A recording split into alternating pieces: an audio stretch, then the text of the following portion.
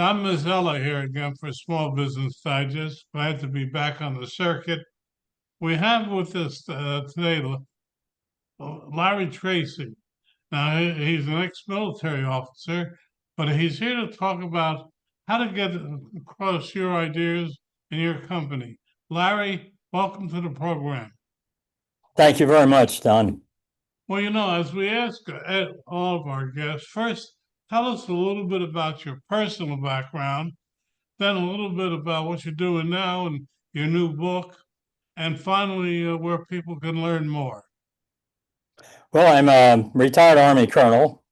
I like to say that I did more speaking than shooting, and it was speaking that I think got me promoted to colonel because it's kind of difficult to make that rank. I was a Latin American specialist. I'd spent a year in Argentina traveling all over the area. I was assigned to the Defense Intelligence Agency. And for some reason, the chairman of the Joint Chiefs of Staff wanted to know what was happening in Argentina. It was a rather strange country. So I gave a briefing to the chairman, which was sort of a mixture of military intelligence, and it turned out to be stand-up comedy. The chairman, who never smiled, was sort of falling out of his chair as I was regaling what was happening in Argentina. And the next day, the director, a three-star general, called me up to his office and he said, "I like the way you handled yourself with the chairman. I like the way he reacted to you. I'm going to place you in charge of the briefing team. You'll be the best known major in the building, but if you do anything to screw up, I'll fire you in a minute and that'll ruin your career. Do you want the job?" Well, in a situation like that, I said, "Yes, sir." I didn't want to say, "Oh, no, I don't want to get into any situation that would cause me problems."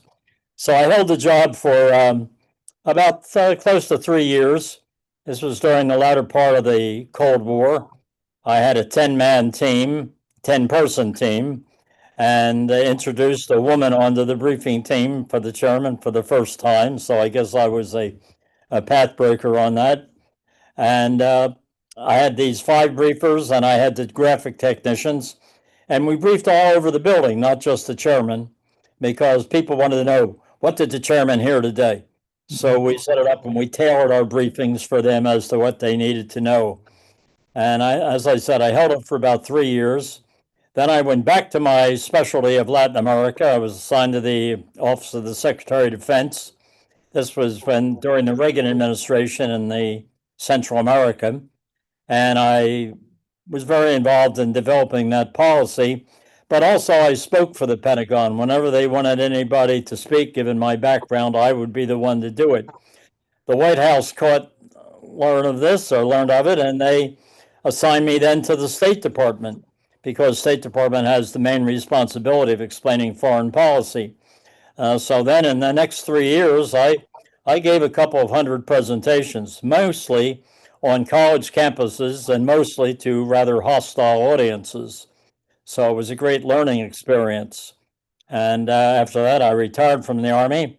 I went into the field of speech coaching, and I did that many times working with small businesses who had small business set-aside proposals they were responding to. And frequently the government required an oral presentation, not just a written proposal. And so that's where I came in to train them in that. I remember specifically one fellow who was an IT expert telling me, he said, "I went into IT so I wouldn't have to give speeches. I wouldn't have to sell. And now my company and my own job depends on my ability to speak." So he was a very receptive student to it. And I think the main lesson that I drew myself from that was that no matter how small or how large your business is, the second business of anybody is making presentations, of making skills. You just can't go and have a project that you'd go through. Let's say you're a tax accountant and you get invited to speak at a Rotary Club. Now, I've spoken at a lot of Rotary Clubs, and I know one of the benefits, not considered a benefit normally, they're limited to 20 minutes. You get your story done in 20 minutes, or you're going to be talking a lot of dirty dishes because people are getting back to run their own businesses then. So I found that this was a good thing for them to do, and I preached constantly. That phrase I've used, The second business of any business is making presentations, no matter how good an accountant you are, or an IT expert or computer repair.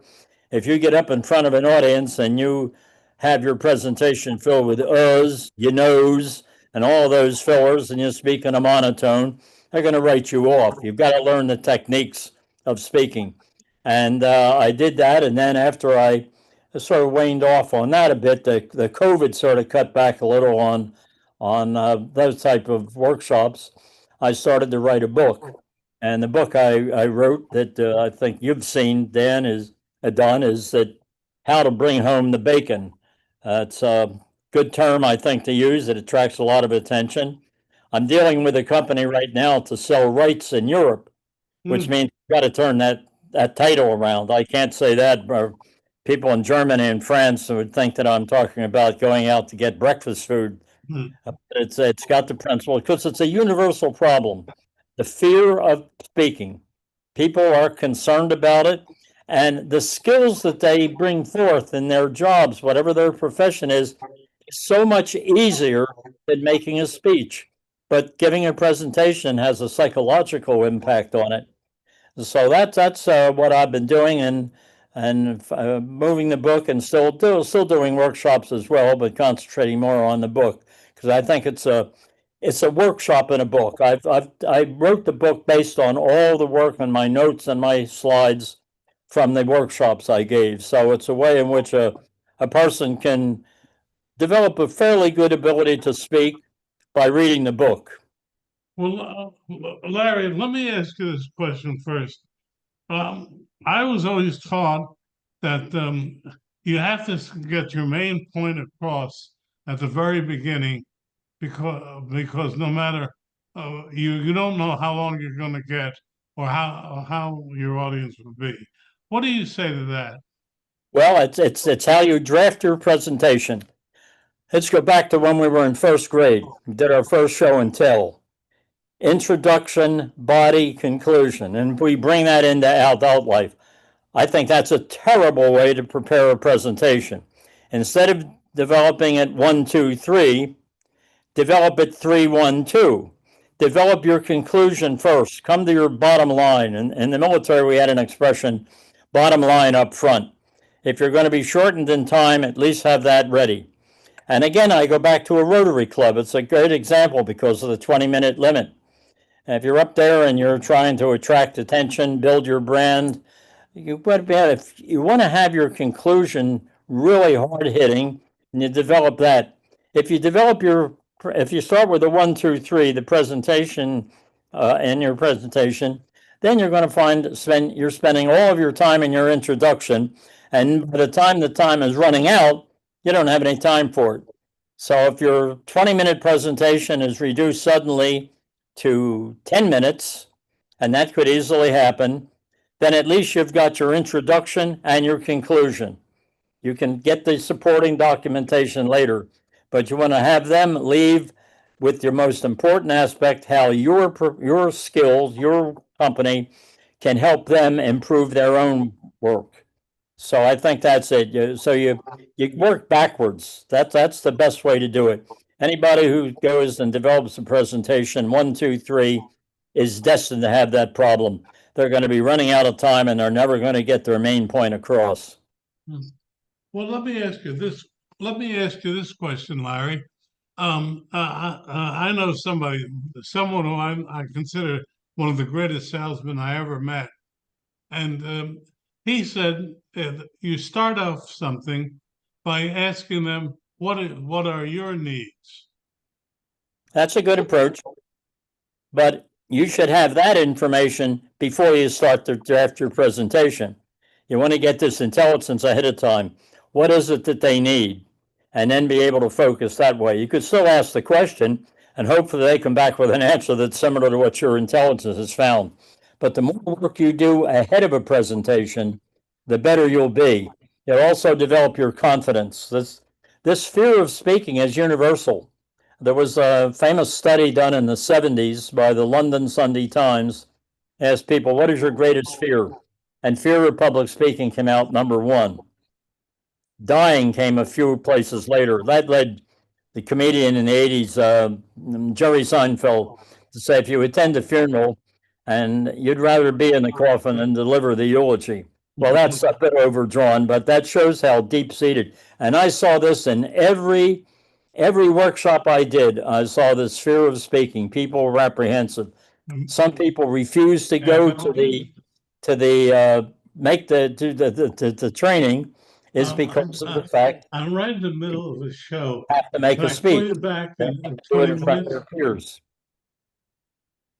Yeah. Oh, yeah. Are you there now? You are? Okay, hold on a second. I'll get my wife to put you. Hold on. Sorry, Larry. No That's problem. hold on. That's a I'm good gonna example of what can happen in a presentation right there. You can get an interruption. I'm gonna put you on hold for 1 second. Okay. Uh, as fast as, but Larry, let me talk about. You remember the old one that said, "Imagine that your audience is naked or a butcher." You remember Mhm. ever hear that one? How should you engage your audience? How do you talk to an audience in your view?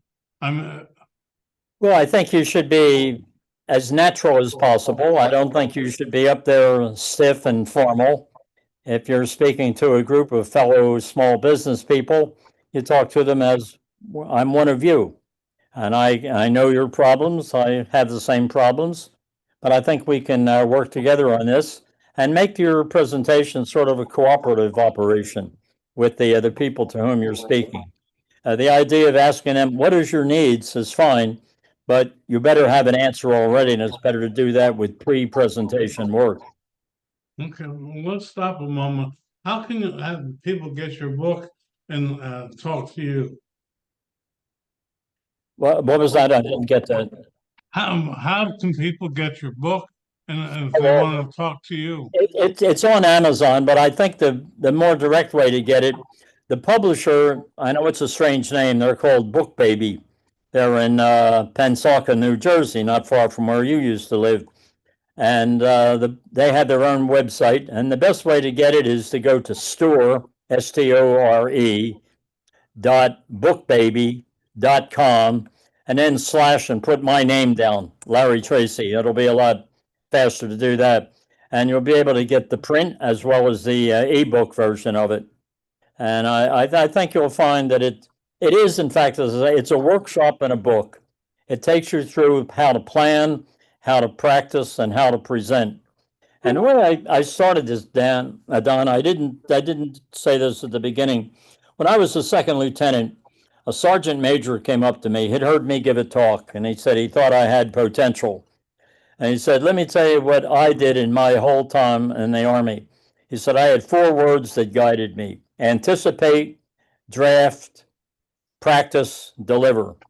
And that's gradually merged into. But you want to have a system that whatever you're speaking on, you can fit into this and do it. And that became what I call the S3P3 system. That's included in the book. And the key areas I'd say in the book, one is I've already mentioned as drafting. Draft backwards so that you are able to have the emphasis on your conclusion, your solution to their problem, and then you state the problem up front. And the other one is the practice system. In the military, we use the term, and it's spread out of the military as well, and that is that of a murder board. It means a very tough practice session. There's a little bit of a delicacy here. If you're afraid of speaking and then you go up in front of peers and you have a tough one, not bad. So you have to judge that how it will be. But you want to go into a presentation confident that you have the answers to the questions your audience is going to answer. And that guided me all the way through. I had murder boards every time I would go out to speak to college. I would call back to the operations center at State Department to find if anything big had occurred that was negative, and I'd anticipate in that. And I enjoyed this tremendously because I was debating professors who had spent their entire career opposing military dictatorships. Now they were supporting the Sandinistas in Nicaragua, which was a military dictatorship. And so it was a lot of fun. The students sometimes, I had them laughing, but they couldn't laugh too much because these guys were passing their grades out to them. But the more you speak, you're going to find that psychological pressure, that fear of speaking drops, and you'll be a lot more confident in speaking. And when you're up there in front of that business group or whatever they are, you're delivering a message. You might even think of yourself as a chef, and you're delivering the food that they actually need, and they walk away. You want the audience to walk away saying, I learned something. I'm going to be able to put this into practice. And who is this guy that I just listened to? I'm going to go to him. You're selling yourself as much as you're selling your business. That's true. Before we go further, um, someone also said you should talk in a lower, so people have to lean in to hear.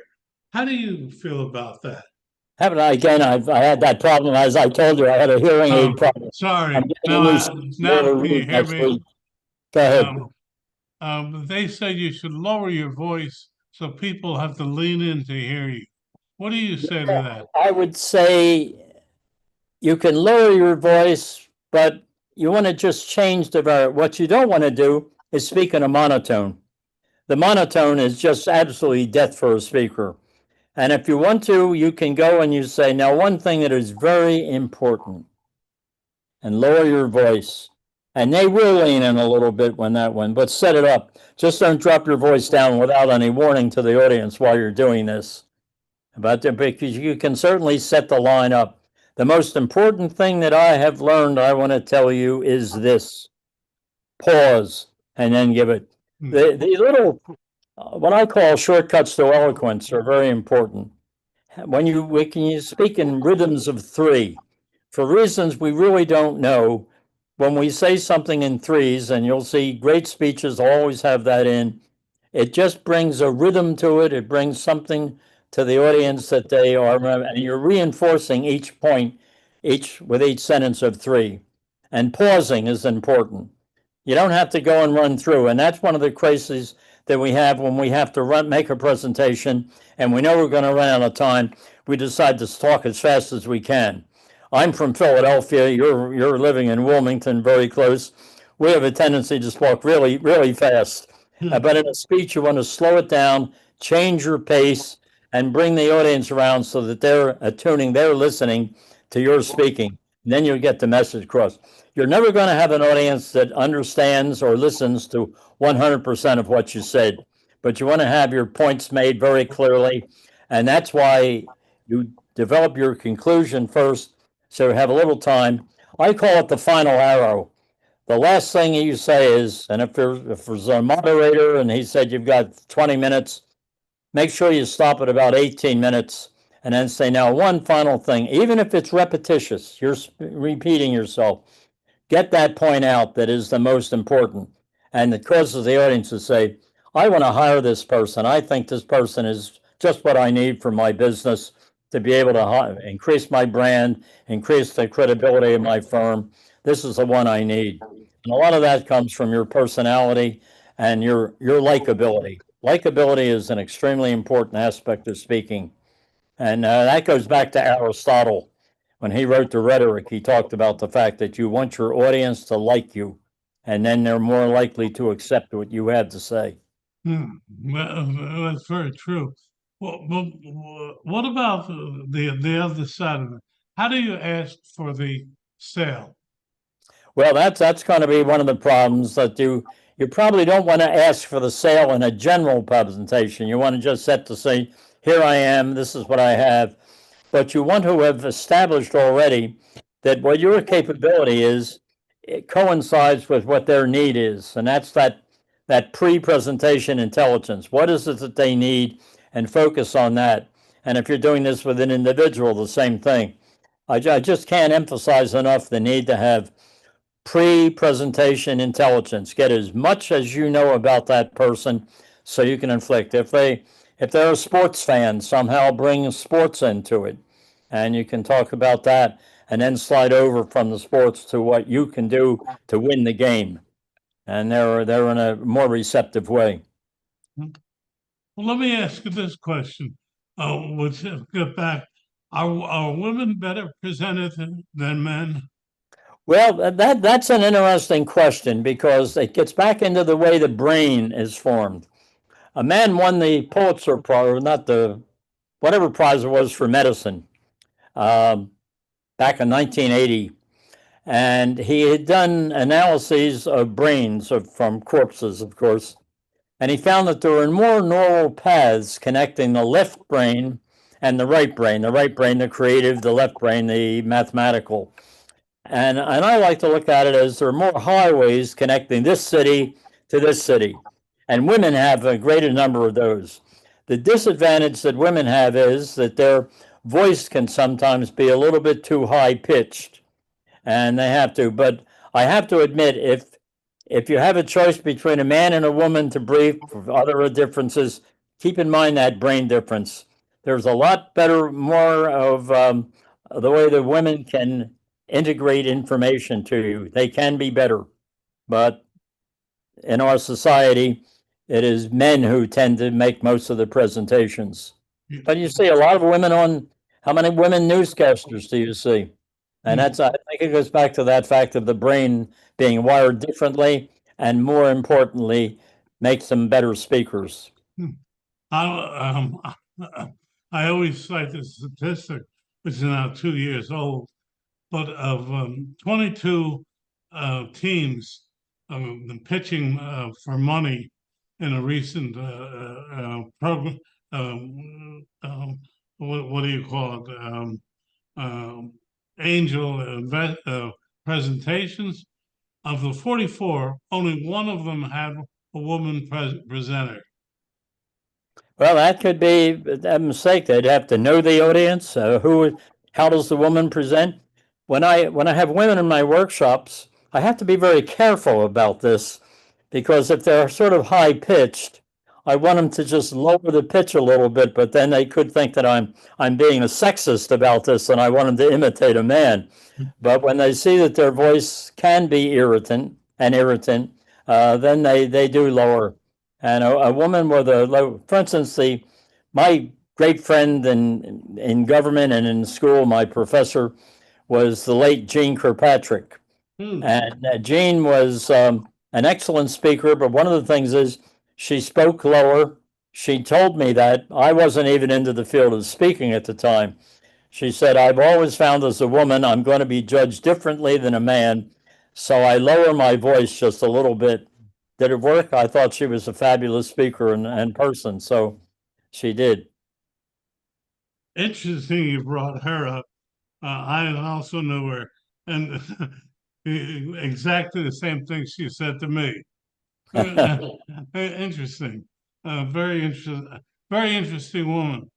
Who do you, in your view, in all your time together, who do you think was the best presenter that you ran across besides yourself? Well, you mean at say the political level? Any level. Well, I think as a student of great speakers, and I've looked at them, um, I've always admired Winston Churchill. Not only his intelligence, but his ability, his way of framing. Ronald Reagan, who I worked for, he of course was a trained actor, and that I mentioned Gene. Currently, it's hard to say who are the better speakers of the politicians. I think J.D. Vance is very good. Donald Trump has a unique style that I probably wouldn't fit into being that, but he gets his point across. But I'd rate Winston Churchill, Martin Luther King, who had that rhythm of coming from the black church. I could listen to his speeches all the time, and and certainly Reagan would fit in there right away. Well, I'll tell you one story on Reagan.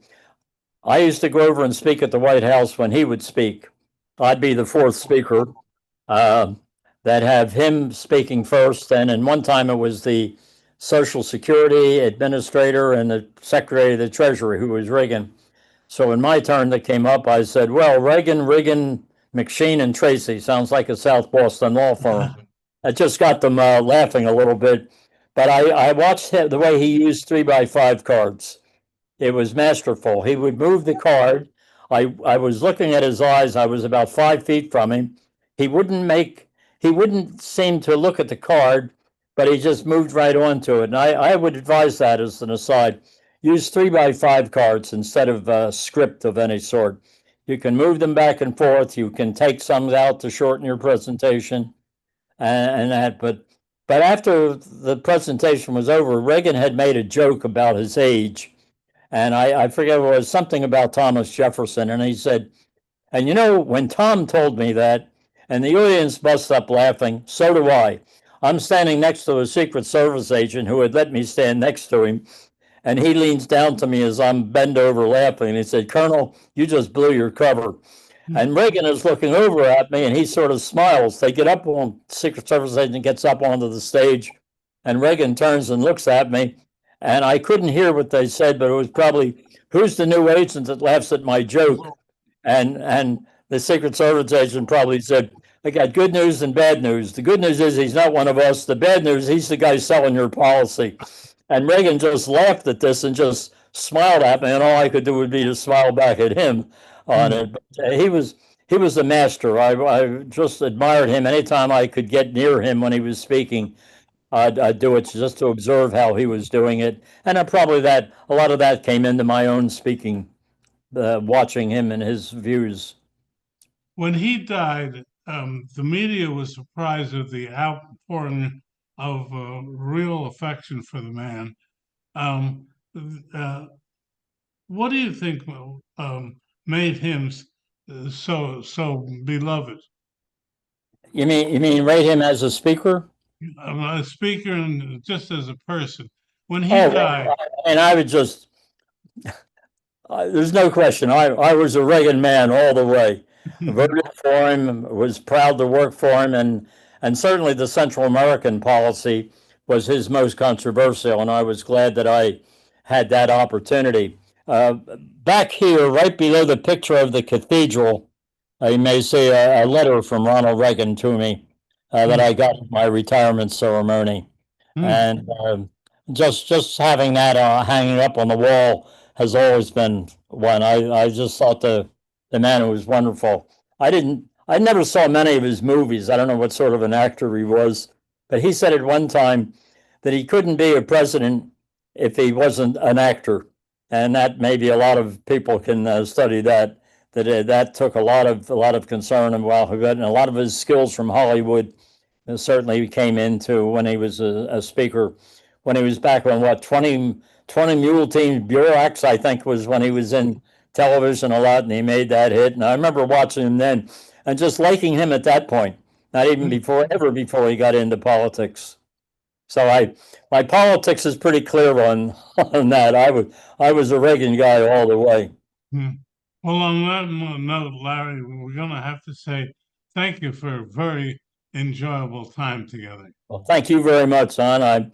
Now that I've subscribed to the Small Business Digest, I hope I can write some articles for you to help your readers Well, be able to. I'm gonna put up one before the end of the week. Okay, I'm ready to go. I'm ready to be in your army. Okay.